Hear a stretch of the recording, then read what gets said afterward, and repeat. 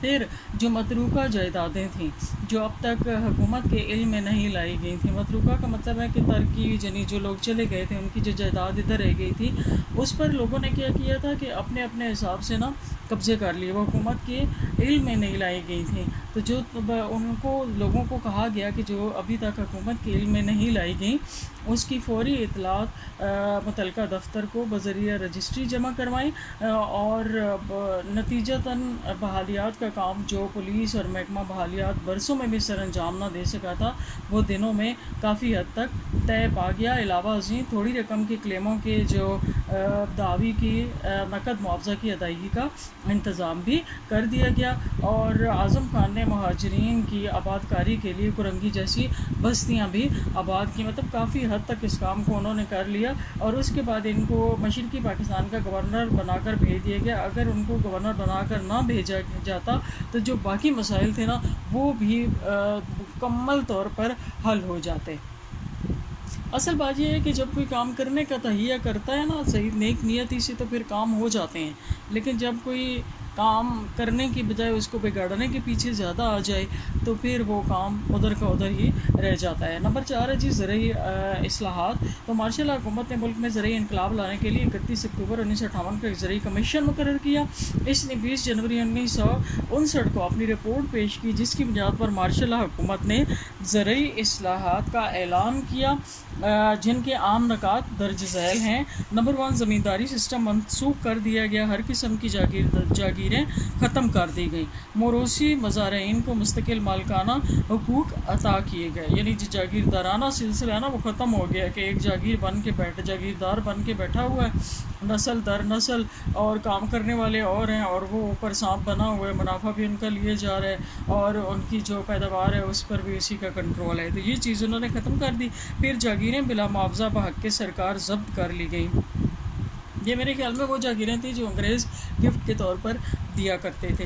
البتہ اعلان کیا گیا کہ کوئی شخص اپنی ملکیت میں 500 ایکڑ سے زیادہ نہری یا 1000 ایکڑ سے زیادہ بارانی زمین نہیں رکھ سکتا، اور متعینہ حدود سے زائد زمین حکومت پاکستان اپنی تعویل میں لے کر عام کاشتکاروں کو مناسب قیمت پر دے دے گی، لیکن زمینداروں اور اصل مالکوں کو اس زمین کا معاوضہ قسطوں کی صورت میں 25 سال تک ادا کر دیا جائے گا۔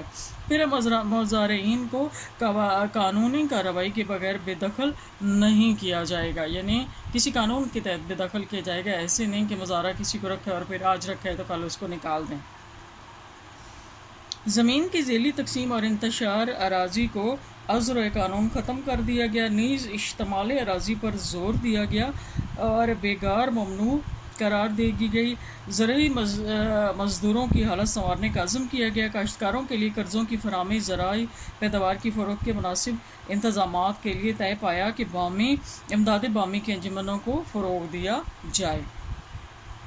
پھر کیا ہوا کہ ماہرین معاشیات کا خیال تھا کہ زرعی اصلاحات کی بدولت زراعت پیشہ افراد، کسان اور مزارعین سمیت جلد خوشحالی سے امکنار ہو جائیں گے، ملکی دولت کی تقسیم میں توازن پیدا ہوگا اور زرعی دولت چند زمینداروں تک محدود نہ رہ سکے گی۔ اگرچہ زرعی اصلاحات سے جاگیردارانہ زرعی نظام کو ضرب کاری لگی اور مزارعین کی حالت پہلے سے بہتر ہو گئی، لیکن اصلاحات کا اصل مقصد پورا نہ ہو سکا۔ بڑے بڑے زمینداروں نے مختلف حیلے بہانوں سے وسیع رقبے اپنے پاس رکھے، کیونکہ ان لوگوں کے جو بڑے بڑے زمیندار ہوتے ہیں نا ان کے ہاتھ بہت لمبے ہوتے ہیں، اور ہماری جو شروع سے لے کر اب تک بیوروکریسی 99% اور جو حکمران طبقہ ہے وہ انہی طبقات سے بلانگ کرتا ہے، تو لہٰذا ان کو ہار ڈالنا بہت مشکل ہوتا ہے۔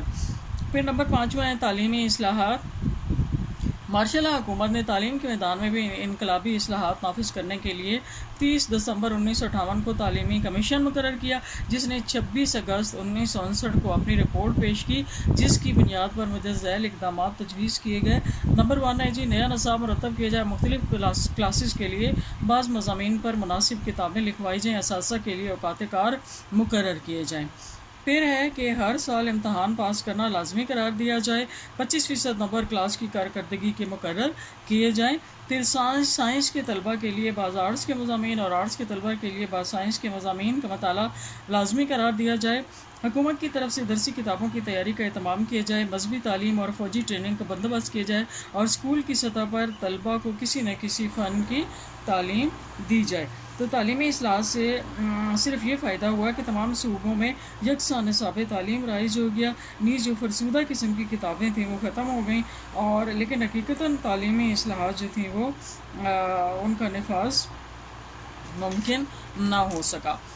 اس کے بعد اگلا ہے جی معاشی استحکام۔ ماشاء اللہ حکومت نے وزارت خزانہ کا قلمدان عالمی بینک کے ماہر معاشیات محمد شعیب کے سپرد کیا، جنہوں نے درآمد اور برآمد پر مؤثر کنٹرول کیا، اور اس سے ملک کی تجارت میں برآمدات کی حوصلہ افزائی سے زر مبادلہ کی خاصی بچت ہوئی، اور ان اقدامات سے ملک کی معیشت میں نہ صرف استحکام میں پیداوار ہوا بلکہ عوام اور تاجر پیشہ لوگ خوشحالی سے بھی ہمکنار ہوئے۔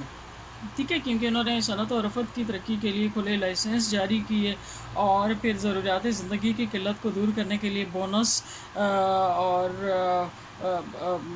بونس ووچر پر درآمدات شروع کی، اور اس طرح سے ترقی کی نئی راہیں کھلیں۔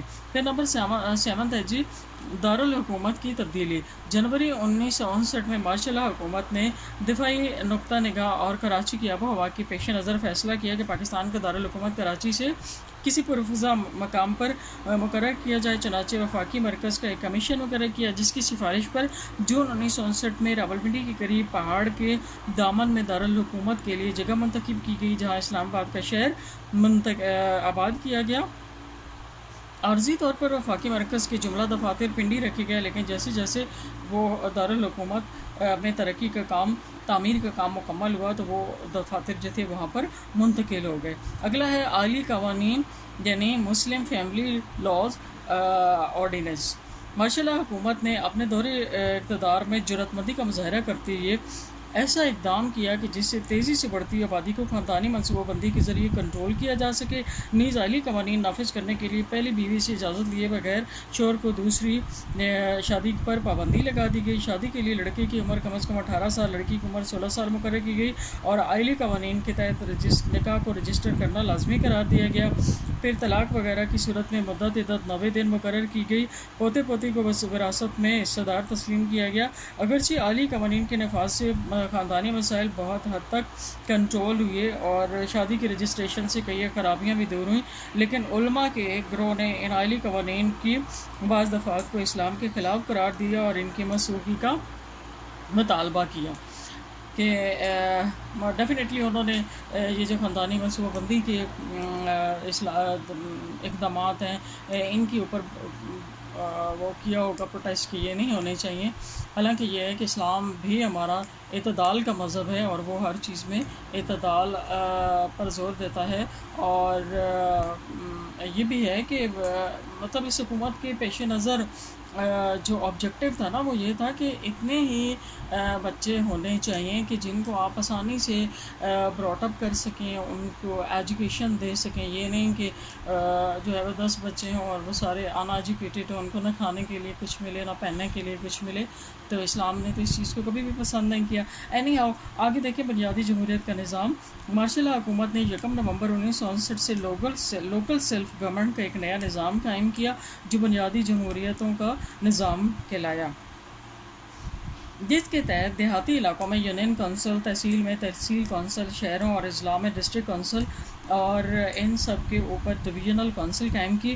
بنیادی جمہوریت کے ارکان حق بالغ رائے دہی کی بنیاد پر عام انتخابات کے ذریعے منتخب کیے گئے، اور ان اراکین میں ہر تحصیل کونسل کے لیے، ہر ڈویژن کی ڈویژن کونسل کے لیے ممبران منتخب ہوئے، اور حکومت کے افسران بنیادی جمہوریتوں کے کام کی نگرانی کرتے۔ بنیادی جمہوریتوں کو ٹیکس لگانے کا حق حاصل تھا، یہ معمولی جھگڑوں کا تصفیہ بھی کرتی، نکاح کے کاغذات تیار کرانا، ان کا ریکارڈ رکھنا، عورت کے جائز حقوق کا تحفظ ان کے بنیادی فرائض میں شامل تھا۔